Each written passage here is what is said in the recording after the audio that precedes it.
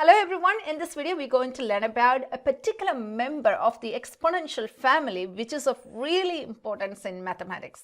Okay, we learned about exponential functions in the previous videos. The simplest form of the exponential function is y equals a to the power x, where a is the base and it can be any positive real number except 1. Okay, and when this a equals e, this exponential function, it takes a very important form, and then that's y equals e to the power x. Okay, so we're going to learn a little bit about this function in this video. First of all, what is e? What is the value of e? Okay, so e is defined as e equals limit n tends to infinity 1 plus 1 on n to the power n. Okay, and when we calculate this one, so we get an irrational number, something like 2.718281828, etc., etc., etc. So it's an irrational number, just like pi. Okay, for large values of n, we can take the value of e as 2.71828.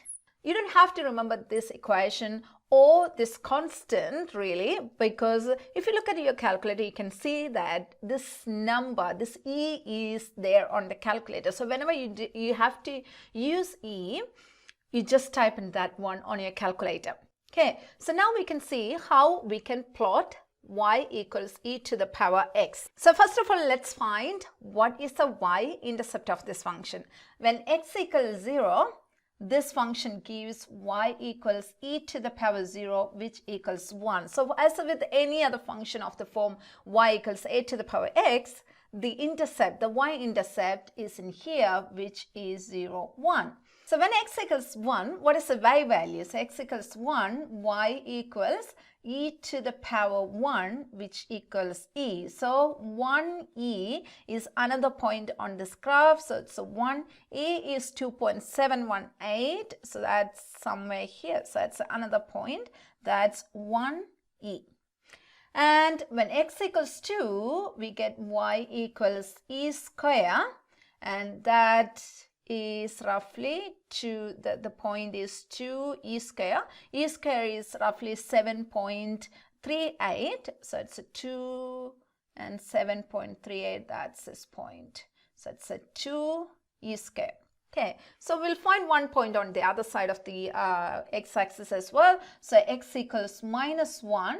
We get y equals e to the power minus 1. So that's 1 on e, and that equals roughly and that is roughly 1 on e is roughly 0.3678. So that's roughly here.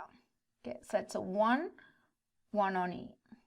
Okay, minus 1 on e. Okay, and what is the asymptote of this one? Asymptote. Okay, so you can see that this graph is approaching the x-axis as it goes along the negative x-axis. So if x tends to infinity on this one, you can see that x tends to minus infinity, not positive infinity, it's on the other side. X tends to minus infinity, you can see that e to the power minus infinity is going to be 0. So the asymptote is the x-axis itself. So it's the y equals 0 is the asymptote. And the range of this function is any value from the asymptote upwards. Okay, 0, infinity, and 0 is not included. That's why we put this parenthesis. And so if you plot this graph, so that will be something like this one. Okay, so quite similar to any exponential function, but this function is of greater importance. Now we should be able to apply any transformations that we applied in the exponential functions, the general exponential functions in here as well. So for example, if you want to plot y equals e to the power x minus 1 minus 2, how can we do that? Okay, so let's look at the general transformation of the equation y equals b to the power x to y equals a b to the power mx minus h plus k. So whatever transformations you learned in the previous video can be applied in here as well. So h there is referring to the horizontal translation. When this is x minus h, or h is positive, or there is a minus in the equation itself, that refers to a horizontal translation of that many unit to the right. Okay, so it's 1 unit to the right, and this, so minus 2 is in the place of k. So k refers to the vertical translation, how much it is moving up or down.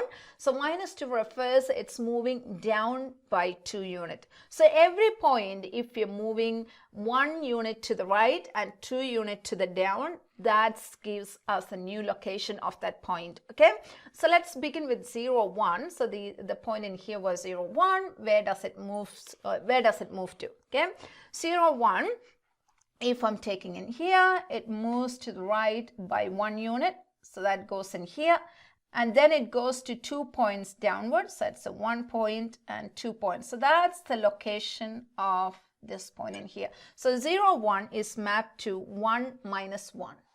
So 1 minus 1. Okay, and that's 1 point. So now let's see where is this 1e moves to. So 1e moves 1 point to the right, so it goes to 2, and then 2 units to the down. So it's 1 unit down, and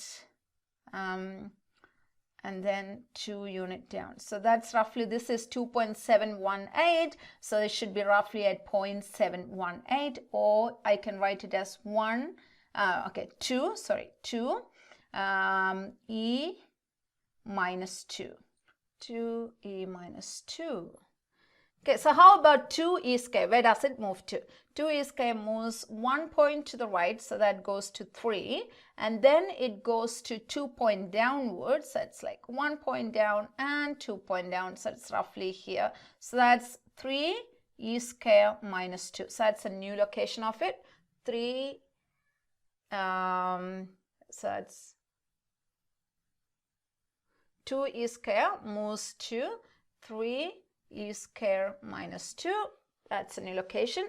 And how about this minus 1, 1 on e? That's this point, and that moves to 1 point to the right. So that's this one, and 2 point down. So it's a 1 point down and then 2 point down. So that's this one. So that's actually 0, 1 on e minus 2. Okay, so you can express that as the actual number, but it's not necessary to write it down that way. I just put it as 1 on e minus 2, or you can write it as 0.3678 minus 2, which is or you can write it as 0.3678 minus 2, which is minus 1.63 something. Okay, so that's this point. So that's actually the y-intercept as well. Where's the asymptote? So the asymptote also moves 2 units down. So it's a 0, y equals 0 was the asymptote in here. So now this is moving down by 2 units. So that's new asymptote of the function. So we got as many points as we require. So it's a 1 point in here, 1 point here, 1 point here, and 1 point here. So we can draw a nice curve by joining all these points together. Okay, so that's the new graph. So pretty much we applied the same kind of transformation that we applied in any general exponential function. A little bit later, when you learn about differentiation, you will learn about these exponential functions again there. This exponential function, the derivative of the exponential function is the function itself, which is a very nice and interesting feature. Okay, so we pretty much covered what is an exponential function with and base e, and also how we plot it and how we can apply the transformations on this exponential function.